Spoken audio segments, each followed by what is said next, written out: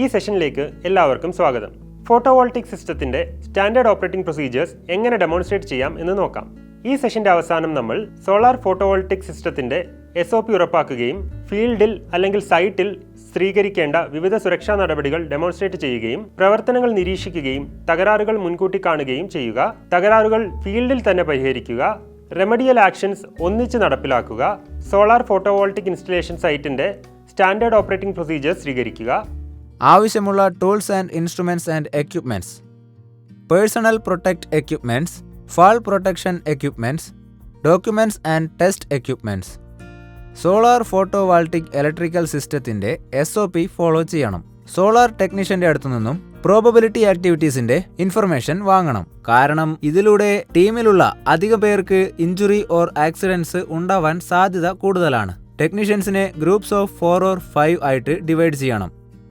ഈ ഓരോ ടീമിനും വേറെ വേറെ വർക്ക് പ്ലേസസ് കൊടുക്കേണ്ടത് ആവശ്യമാണ്. ഈ സ്പോട്സ് പകലിലും രാത്രിയിലും പോയി ചെക്ക് ചെയ്യേണ്ടതും ആവശ്യമാണ്. അവിടെയെല്ലാം നടക്കുന്ന ഒക്യൂറൻസിന്റെ ഡീറ്റെയിൽസും കളക്ട് ചെയ്യണം. കാരണം അവിടെ നടക്കാൻ സാധ്യതയുള്ള injuries, failures, health issues or accidents അല്ലെങ്കിൽ വേറെ വല്ലതും സംഭവിച്ചാലും അത് സ്പെസിഫൈ ചെയ്യണം. ആ ഈവന്റ്സ് എല്ലാത്തിനെയും മെൻ, മെഷീൻ ആൻഡ് മെറ്റീരിയൽ ആയിട്ട് തരംതിരിക്കണം. നടക്കുന്ന ഇൻസിഡൻസ് ഇവാലുവേറ്റ് ചെയ്യുമ്പോൾ എന്തിനെ ബേസ് ചെയ്തിട്ടാണെന്നാൽ risk, waste, fire and emergency, electrical, മേലെ വർക്ക് ചെയ്യുമ്പോൾ താഴെ വീഴാനുള്ള സാധ്യത, tools and equipments, traffic, men or material, personal protection, fellow workers, on site people protection, work permit, lifting or handling, health, safety, men or മെറ്റീരിയൽസിന്റെ failures ആവാനുള്ള chances highlight ചെയ്യണം. ഇല്ലെങ്കിൽ വേറെ വല്ലതും ഉണ്ടെങ്കിലും സ്പെസിഫൈ ചെയ്യണം. അത് ആവശ്യമാണ്. പ്രിക്കോഷണറി മെഷേഴ്സും സജസ്റ്റ് ചെയ്യണം. ഫെയിലിയർ ആയിട്ടുണ്ടെങ്കിൽ ആക്ഷൻസ് ആൻഡ് റെമഡീസും സജസ്റ്റ് ചെയ്യണം. സേഫ്റ്റി ഇംപ്രൂവ് ചെയ്യാൻ വേണ്ടിയിട്ട് എഡ്യൂക്കേറ്റീവ് എയ്ഡ്സും സജസ്റ്റ് ചെയ്യണം. സാധാരണയായിട്ട് SOP പ്രിപ്പയർ ചെയ്തോളൂ. നോട്ട്: ഇതിൽ ഇൻസ്റ്റാളേഷൻ ചെയ്തുകൊണ്ടിരിക്കുന്ന വർക്ക് സ്പോട്ട്, ഇത് കഴിയുകയാണെങ്കിൽ പിന്നെ ഓപ്പറേറ്റിംഗ് ഫോട്ടോവോൾട്ടിക് പ്ലാന്റ്സ്, AMCക്ക് താഴെ ചെടികൾ ഉള്ളവ, AMCക്ക് താഴെ ചെടികൾ ഇല്ലാതെയും ഉണ്ടാവാം. ഇൻസ്ട്രക്ടർ സെലക്ട് ചെയ്ത ഒരു ഫോട്ടോവോൾട്ടിക് സൈറ്റ്, ഈ സൈറ്റിന്റെ നേച്ചർ ഡിഫൈൻ ചെയ്യണം. ഫീൽഡ് ഓർ സൈറ്റിൽ കൈക്കൊള്ളേണ്ടുന്ന സേഫ്റ്റി മെഷേഴ്സ് ഡെമോൺസ്ട്രേറ്റ് ചെയ്യണം. സേഫ് വർക്ക് ഏരിയയുടെ പ്രിപ്പറേഷൻ, സേഫ് ആയിട്ടുള്ള വർക്കിന് മെറ്റീരിയൽസ് ആൻഡ് ടൂൾസ് അറേഞ്ച് ചെയ്യണം. List of materials, tools and equipments study ചെയ്യണം. സൈറ്റ്സിന്റെ റിക്വയർമെന്റ്സിനനുസരിച്ച് നമ്മൾ ആഡ് ഓർ ഡിലീറ്റ് ചെയ്തും വെക്കാം. അതായത് ഒരു ഐറ്റം വേണോ വേണ്ടയോ എന്ന് നോക്കാം. ടൂൾസ് ആൻഡ് എക്യുപ്മെന്റ്സിന്റെ യൂസേജ് റീകാൾ ചെയ്യണം. അറിയാവുന്നതിനെ പറ്റിയും അറിയാത്തവയെ പറ്റിയും പ്രാക്ടീസ് ചെയ്യണം. അതും വളരെ ആവശ്യമാണ്. ടീം മെമ്പേഴ്സിന് ലിസ്റ്റിലുള്ള എല്ലാത്തിനെ പറ്റിയും വ്യക്തമായിട്ട് പറഞ്ഞു കൊടുക്കണം. PPE കിറ്റ്സ് ഒരു തവണ യൂസ് ചെയ്ത് കാണിച്ചു കൊടുക്കുക. ഒപ്പം അത് യൂസ് ചെയ്തില്ലെങ്കിൽ എന്ത് സംഭവിക്കുമെന്നും വിശദീകരിച്ചു കൊടുക്കുക. ഈ എക്സസൈസിന് ശേഷം സൈറ്റിൽ സേഫ് ആയിട്ട് വർക്ക് ചെയ്യാൻ റിമൈൻഡർ പോലെ വീണ്ടും ഷോർട്ടായിട്ട് ഗൈഡ് ലൈൻസ് കൊടുക്കുക. ആക്ടിവിറ്റീസ് മോണിറ്റർ ചെയ്ത് പ്രോബ്ലംസ് മുൻകൂട്ടി കാണുന്നത്. സേഫ്റ്റി പോളിസീസ് ആൻഡ് പ്രൊസീജിയേഴ്സ് എല്ലാം ശരിയായിട്ട് ഇംപ്ലിമെന്റ് ചെയ്തിട്ടുണ്ടോ എന്ന് അസസ് ചെയ്യണം. ഇംപ്ലിമെന്റ് പ്രാക്ടീസ് ചെയ്യണം. ഹൈജീൻ ഡിഫൈൻ ചെയ്യുക. ഫസ്റ്റ് എയ്ഡ് ഡിഫൈൻ ചെയ്യുക. സേഫ്റ്റി പോളിസീസ് പ്രാക്ടീസ് ചെയ്യുക. സേഫ്റ്റി പോളിസീസിൽ എന്തെങ്കിലും അബ്നോർമാലിറ്റീസ് ഉണ്ടെങ്കിൽ സൂപ്പർവൈസറിന്റെ അടുത്തോ ടീം ലീഡറിന്റെ അടുത്തോ അത് റിപ്പോർട്ട് ചെയ്യുക. അതിലൂടെ പ്രോബ്ലം പെട്ടെന്ന് പരിഹരിക്കാം. ഹസാർഡോസ് പ്രോഡക്റ്റ് പെട്ടെന്ന് തിരിച്ചറിയാനുള്ള ട്രെയിനിങ് നൽകണം. നിങ്ങളുടെ വർക്ക് സ്പേസിൽ material safety data sheets affix ചെയ്യണം. റിമൈൻഡ് ചെയ്തിട്ടും കൊടുക്കാതിരിക്കുന്നുണ്ടെങ്കിൽ അത് ആവശ്യം വരും. House keeping policy of tools and equipments and components and protective equipments implement ചെയ്യണം. ഹൈറ്റിൽ സേഫ് ആയിട്ട് വർക്ക് ചെയ്യാനുള്ള പോളിസീസ് അഡാപ്റ്റ് ചെയ്യേണ്ടതും ആവശ്യമാണ്. ഒരു വർക്കർ തീർച്ചയായിട്ടും സേഫ്റ്റി ബെൽറ്റ്, സേഫ്റ്റി ഹാർനസിന്റെ ലേനിയാർഡിന്റെ കൂടെ ഫിക്സ് ആയിട്ടുള്ള സപ്പോർട്ടുമായിട്ട് കെട്ടണം. ഇത് യാദൃശ്ചികമായിട്ട് വർക്കർ 3 മീറ്ററിലും താഴെ വീഴുകയാണെങ്കിൽ അപകടങ്ങളൊന്നും സംഭവിക്കാതെ രക്ഷിക്കും. പോളിസിയുടെ പർപ്പസ് എന്താണെന്ന് സ്റ്റേറ്റ്മെന്റ് ആയിട്ട് ഡിസ്പ്ലേ ചെയ്യണം. ഹസാർഡ്സ് ഓർ ഇഷ്യൂസ് അതിന്റെ സോഴ്സിൽ വെച്ച് തന്നെ പരിഹരിക്കാൻ വേണ്ടിയിട്ട് ഓർഗനൈസേഷൻ കമ്മിറ്റ്മെന്റ് എക്സ്പ്രഷനും ഡിസ്പ്ലേ ചെയ്യണം. ഹസാർഡ്സ് ഓർ ഔട്ട്ലൈൻസ് എങ്ങനെ കൺട്രോൾ ചെയ്യാമെന്നും ഡിസ്പ്ലേ ചെയ്യേണ്ടതാണ്. അതിൽ റിസോഴ്സുകളും കൊടുത്ത് ആക്ഷൻ എടുക്കാനുള്ള ടൈം ഫ്രെയിമും കൊടുക്കേണ്ടതാണ്. അത് വളരെ പ്രധാനമാണ്. റിലവന്റ് ആയിട്ടുള്ള സ്റ്റേക്ക് ഹോൾഡേഴ്സ്, അതായത് മാനേജേഴ്സ് ആൻഡ് സൂപ്പർവൈസേഴ്സ്, അവരുടെ റോൾസ് ആൻഡ് അക്കൗണ്ടബിലിറ്റീസ് കൊടുത്തേക്കണം. സേഫ്റ്റി പോളിസീസ് എങ്ങനെ ഇംപ്ലിമെന്റ് ചെയ്യണമെന്ന ഫിക്സ്ഡ് ഡിസ്ക്രിപ്ഷൻ അഫിക്സ് ചെയ്തിരിക്കണം. Safety policy format, safety procedures practice ചെയ്തിരിക്കേണ്ടത് ആവശ്യമാണ്. Written statement of health and safety policy demonstrate ചെയ്ത് ഡിസ്പ്ലേ ചെയ്യാനും സഹായിക്കണം. ഓവറോൾ വർക്ക് ഫ്ലോ ഇംപ്ലിമെന്റ് ചെയ്യാൻ വേണ്ടി അസിസ്റ്റ് ചെയ്യണം. അതായത് മെറ്റീരിയൽസ് വർക്ക് പ്ലേസിൽ വരുന്നത് മുതൽ ഫൈനൽ പ്രോഡക്റ്റ് പുറത്തു പോകുന്നത് വരെ വർക്ക് പ്ലേസ് സേഫ്റ്റി ആയിട്ട് ഇൻസ്പെക്ട് ചെയ്യണം.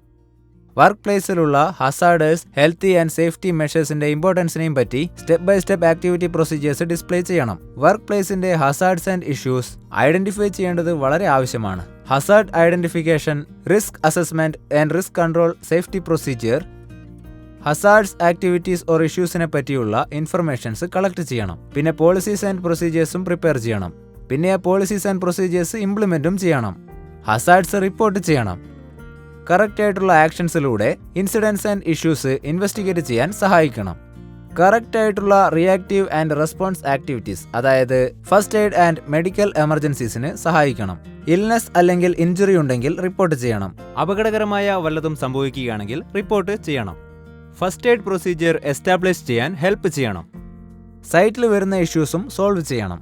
അതായത് risk management, waste management, fire and emergency procedures, electrical safety, work at the height and fall prevention, tools and equipments, traffic safety, personal protective equipment, work permit system, safe lifting operations, health and safety audit procedure, remedial actions ഉടൻ തന്നെ execute ചെയ്യണം.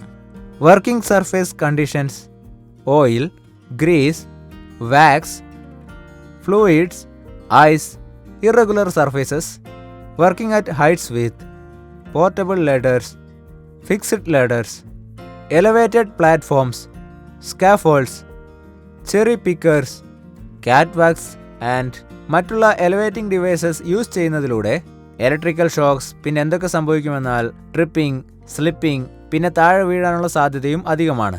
ഈ photovoltaic മൊഡ്യൂൾസിന്റെ surface നോർമലായിട്ട് തന്നെ slippery ആയിട്ടാണ് ഉണ്ടാവുക. Peak സ്ട്രക്ചറുകളിൽ install ചെയ്തിട്ടില്ല എങ്കിൽ മൊഡ്യൂൾസ് വളരെ നനഞ്ഞിരുന്നാൽ പിന്നീട് വളരെ സ്ലിപ്പറി ആയിട്ട് മാറും. സോ ഒരു കാരണവശാലും മൊഡ്യൂൾസിന്റെ മേലെ നടക്കരുത്. ആക്സിഡന്റലായി ഹൈ വോൾട്ടേജുമായി കോണ്ടാക്ട് വരികയാണെങ്കിൽ ഫോട്ടോവോൾട്ടിക് കോമ്പോണൻസ് എല്ലാം ഇൻവോളണ്ടറി മസിൽ റിയാക്ഷൻസ് ക്രിയേറ്റ് ചെയ്യും. അതുകൊണ്ട് സ്ട്രക്ചറിൽ നിന്ന് താഴെ വീഴാനും സാധ്യതയുണ്ട്. ഇതുകൊണ്ട് ഫോട്ടോവോൾട്ടിക് മൊഡ്യൂൾസിന്റെ മേലെ ഏണിയിട്ട് ഫയർ ഫൈറ്റേഴ്സ് കയറാതിരിക്കാനും വളരെ ശ്രദ്ധിക്കേണ്ടതുണ്ട്. ഫോട്ടോവോൾട്ടിക് മൊഡ്യൂൾസിന്റെ ഗ്ലാസ് കവറിംഗ് ഒരിക്കലും ബ്രേക്ക് ചെയ്യാൻ പാടില്ല. അങ്ങനെ സംഭവിച്ചാൽ അതിലൂടെ ഹൈ വോൾട്ടേജ് എക്സ്പോസ് ആയി മോഡലിന്റെ ഉള്ളിലുള്ള ഇന്റേണൽ കോമ്പോണൻസ് വഴി ഇലക്ട്രിക്കൽ ഷോക്ക് ഉണ്ടാവാനുള്ള റിസ്ക് അധികമായിട്ട് മാറും. മൗണ്ടിംഗ് റാക്സ്, ഇലക്ട്രിക്കൽ കണ്ട്യൂട്ട് ആൻഡ് വയർസ് എല്ലാം പകുതി കൺസീൽഡ് ആയിട്ടിരിക്കും. പിന്നെ അത് പകൽ അത്രയ്ക്കൊന്നും വിസിബിൾ ആയിട്ടും ഉണ്ടാവില്ല. അതുകൊണ്ട് രാത്രി സമയങ്ങളിൽ അല്ലെങ്കിൽ സ്മോക്കുള്ള സമയങ്ങളിൽ ഇത് ഐഡന്റിഫൈ ചെയ്യാൻ വളരെ കഷ്ടമായിരിക്കും. സൈറ്റിൽ സോളാർ ഫോട്ടോവോൾട്ടിക് ഇൻസ്റ്റാളേഷന്റെ സ്റ്റാൻഡേർഡ് ഓപ്പറേറ്റിംഗ് പ്രൊസീജിയേഴ്സ് അഡാപ്റ്റ് ചെയ്യണം. സേഫ്റ്റി പ്രൊസീജിയേഴ്സ് പ്രാക്ടീസ് ചെയ്യണം. ഹെൽത്ത് ആൻഡ് സേഫ്റ്റി പോളിസി, അതിനെപ്പറ്റിയുള്ള റിട്ടേൺ സ്റ്റേറ്റ്മെന്റ് ഡിസ്പ്ലേ ചെയ്യാനും ഹെൽപ്പ് ചെയ്യണം. ഓവറോൾ വർക്ക് ഫ്ലോ ഇംപ്ലിമെന്റ് ചെയ്യാനും അസിസ്റ്റ് ചെയ്യണം. അതായത് മെറ്റീരിയൽസ് വർക്ക് പ്ലേസിലേക്ക് വരുന്നത് മുതൽ ഫൈനൽ ഔട്ട്പുട്ട് പുറത്തു പോകുന്നത് വരെ വർക്ക് പ്ലേസ് സേഫ്റ്റി ആയിട്ട് ഇൻസ്പെക്ട് ചെയ്യണം. അത് വളരെ പ്രധാനമാണ്. വർക്ക് പ്ലേസിലുള്ള ഹസാർഡേഴ്സ്, ഹെൽത്തി ആൻഡ് സേഫ്റ്റി മെഷേഴ്സിന്റെ ഇമ്പോർട്ടൻസിനെയും പറ്റി സ്റ്റെപ്പ് ബൈ സ്റ്റെപ്പ് ആയിട്ട് ആക്ടിവിറ്റി പ്രൊസീജിയേഴ്സ് ഡിസ്പ്ലേ ചെയ്യേണ്ടത് ആവശ്യമാണ്. വർക്ക് പ്ലേസിന്റെ ഹസാർഡ്സ് ആൻഡ് ഇഷ്യൂസ് ഐഡന്റിഫൈ ചെയ്യേണ്ടത് വളരെ ആവശ്യമാണ്. Hazard identification and risk control procedure, hazards activities or ഇഷ്യൂസിനെ പറ്റിയുള്ള ഇൻഫർമേഷൻസ് കളക്ട് ചെയ്യണം. പിന്നെ പോളിസീസ് ആൻഡ് പ്രൊസീജിയേഴ്സും പ്രിപ്പയർ ചെയ്യണം. പിന്നെ ആ പോളിസീസ് ആൻഡ് പ്രൊസീജിയേഴ്സ് ഇംപ്ലിമെന്റും ചെയ്യണം. ഹസാർഡ്സ് റിപ്പോർട്ട് ചെയ്യണം. കറക്റ്റ് ആയിട്ടുള്ള ആക്ഷൻസിലൂടെ ഇൻസിഡൻസ് ആൻഡ് ഇഷ്യൂസ് ഇൻവെസ്റ്റിഗേറ്റ് ചെയ്യാൻ സഹായിക്കണം.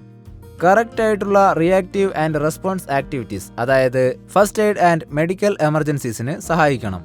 ഇൽനെസ് അല്ലെങ്കിൽ ഇഞ്ചുറി ഉണ്ടെങ്കിൽ റിപ്പോർട്ട് ചെയ്യണം. അപകടകരമായ വല്ലതും സംഭവിക്കുകയാണെങ്കിൽ റിപ്പോർട്ട് ചെയ്യണം.